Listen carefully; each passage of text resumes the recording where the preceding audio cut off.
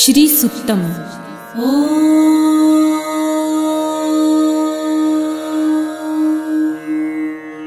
हिरण्यवर्णां हरिणीं सुवर्णरजतस्रजां चन्द्रां हिरण्मयीं लक्ष्मीं जातवेदो महावः ताम आवह जातवेदो लक्ष्मीमनपगामिनीं यस्यां हिरण्यं विन्देयं गामश्वं पुरुषानहम्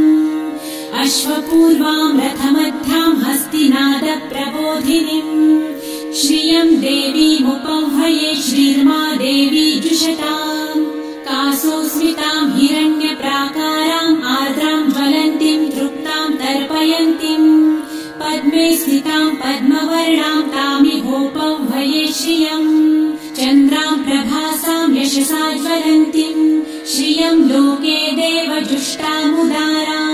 तां पद्मिनीं शरणमहं प्रपद्ये लक्ष्मीर्मे नश्यतां त्वां वृणे आदित्यवर्णे तपसोऽधिजातो वनस्पतिस्तव वृक्षोऽथ बिल्वः तस्य फलानि तपसानुदन्तु मायान्तरायाश्च बाह्या अलक्ष्मीः उपैतु मां देवसखः कीर्तिश्च मणिना सह प्रादुर्भूतो सुराष्ट्रेऽस्मिन् कीर्तिमृद्धिं ददातु मे शुत्वपासामलां ज्येष्ठाम् अलक्ष्मीं नाशयाम्यहम् अभूतिं समृद्धिं च सर्वानिर्णुद मे गृहात् गन्धद्वारां दुराधर्षां नित्यपुष्टां करिषिणीम् ईश्वरीं सर्वभूतानां तामिहोपह्वये श्रियम् मनसः काममाकुतिं वाचः सत्यमशीमहि पशूनां रूपमन्नस्य मयि श्रेयतां यशः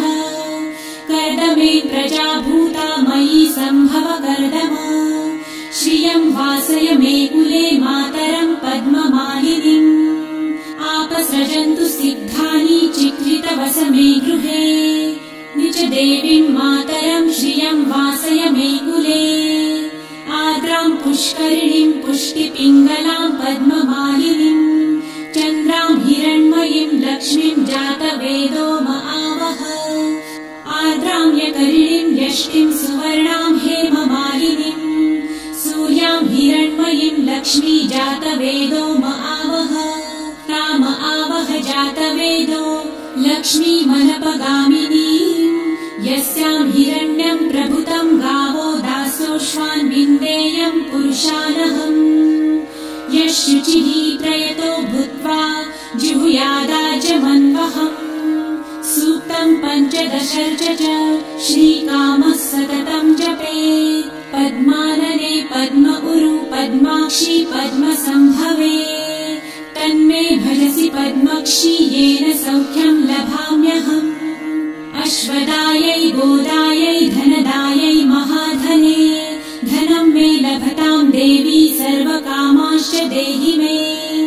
पद्मानने पद्मविपत्रे पद्मप्रिये पद्मदलायताक्षी विश्वप्रिये विष्णुमनोनुकूले त्वत्पादपद्मं मयि सन्निधस्त्वम् पुत्रपौत्रं धनं धान्यं हस्ताश्वादिगवेरथम् प्रजानां भवसि माता आयुष्मन्तं करोतु मे धनमग्निर्धनं वायुर्धनं सूर्यो धनं वसु धनमिन्द्रो बृहस्पतिर्वरुणं धनमस्तु मे वैनतेय सोमं पिबतु वृतः सोमं धनस्य सोमिनो मह्यं ददातु सोमिनः न क्रोधो न च मात्सर्य न लोभो नाशुभामतिः भवन्ति कृतपुण्यानां भक्तानां श्रीसूक्तं जपेत् सरसिजनिलये सरोजहस्ते धवलतरां सुखगन्धमाल्यशोभे भगवती हरिवल्लभे मनोज्ञे त्रिभुवनभूतिकरी प्रसीद मह्यम् विष्णुपत्नीं क्षमां देवी माधवी माधवप्रियां लक्ष्मीं प्रियसखीं देवीं नमाम्यच्युतवल्लभां महालक्ष्मीं च विद्महे विष्णुपत्नी च धीमहि तन्नो लक्ष्मी प्रचोदयात् श्रीवर्चस्वमायुष्यमारोग्यमाविधाचोभमानं महीयते। धनं पशुं बहुपुत्रलाभं शतसंवत्सरं दीर्घमायुः